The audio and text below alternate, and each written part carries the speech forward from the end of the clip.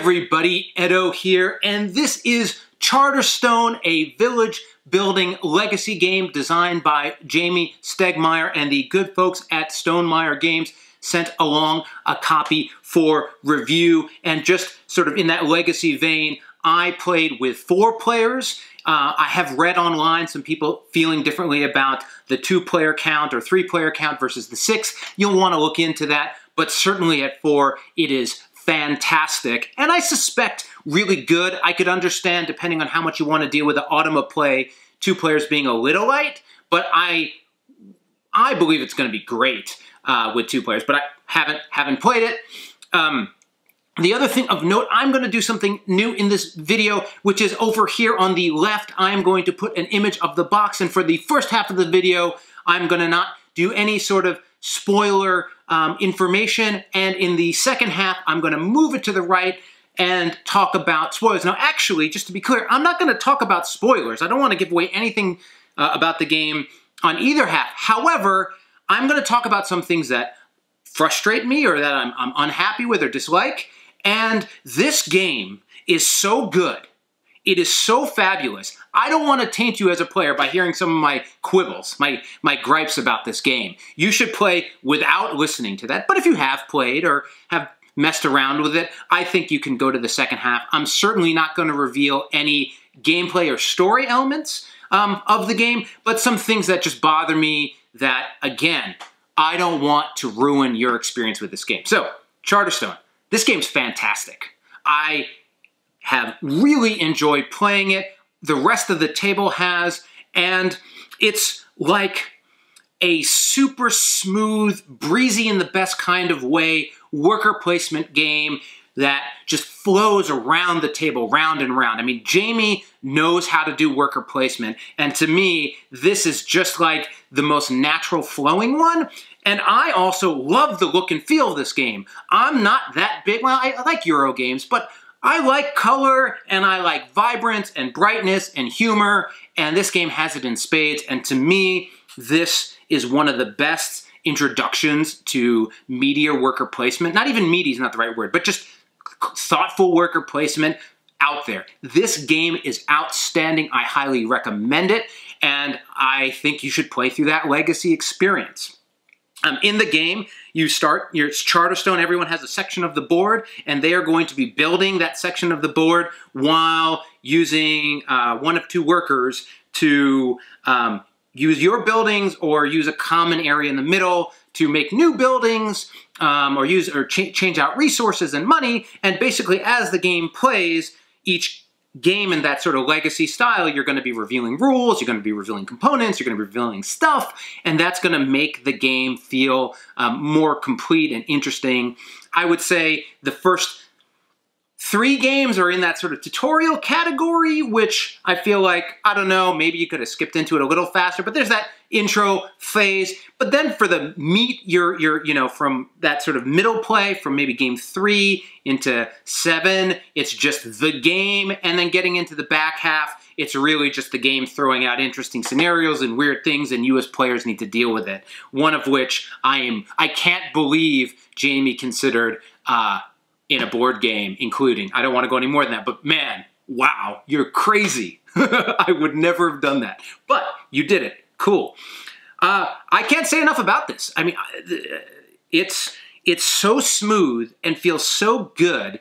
It's just, it has that complexity, and the way the games fit into little nuggets of time. Games will play between 30 and 45. Maybe you're learning, but you can zip them out.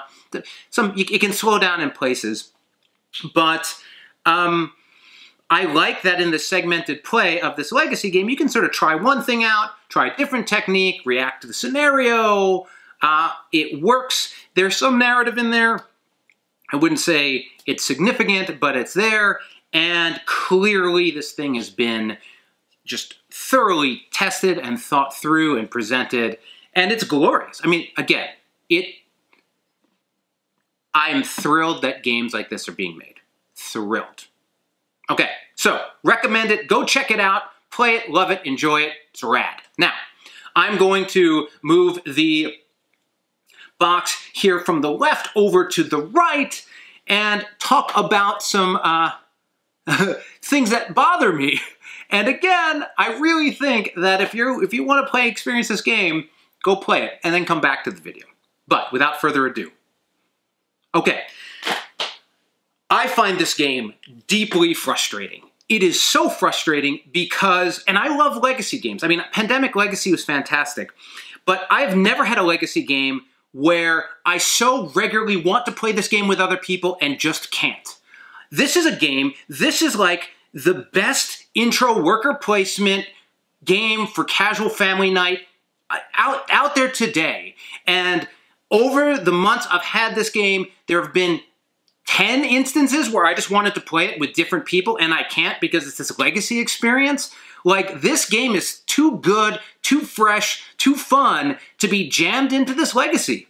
Like, it's so frustrating. It's so frustrating. I don't want to have to get a new box or recharge patch or do all that. I want to be able to play this game. Nothing in here to me says it had to be a legacy game. You could have had the different modes. You could have had card flipping. And in many ways, I think you could have expanded the play better without the legacy experience. And it just sucks. It sucks that I want to play a game that I can't. Now, we have this wonderful thing because, it's presumably because Jamey really wanted to do legacy and walk down lots of different paths. And it's because of that origin that we have this. But now that we have this, please, please create an edition where you get rid of all that stuff, bring the price down, and have like top 3, family night worker placements on the market. Please. Like, I know it would, like, the effort, the craziness, the step back, but there's such an opportunity to do a less convoluted, streamlined, everyone can play it, anyone can play it experience that I just hope you'll consider it. Jamey, please consider it. If you need help, I'll help you with it. Okay, so that, and now, like, it still bothers me today. My kid has wanted to play this game, and he watches us play it, and every couple weeks, he's like, hey, can we play Charterstone? I'm like, we can't, And, like, so that's frustrating. Now, number 1.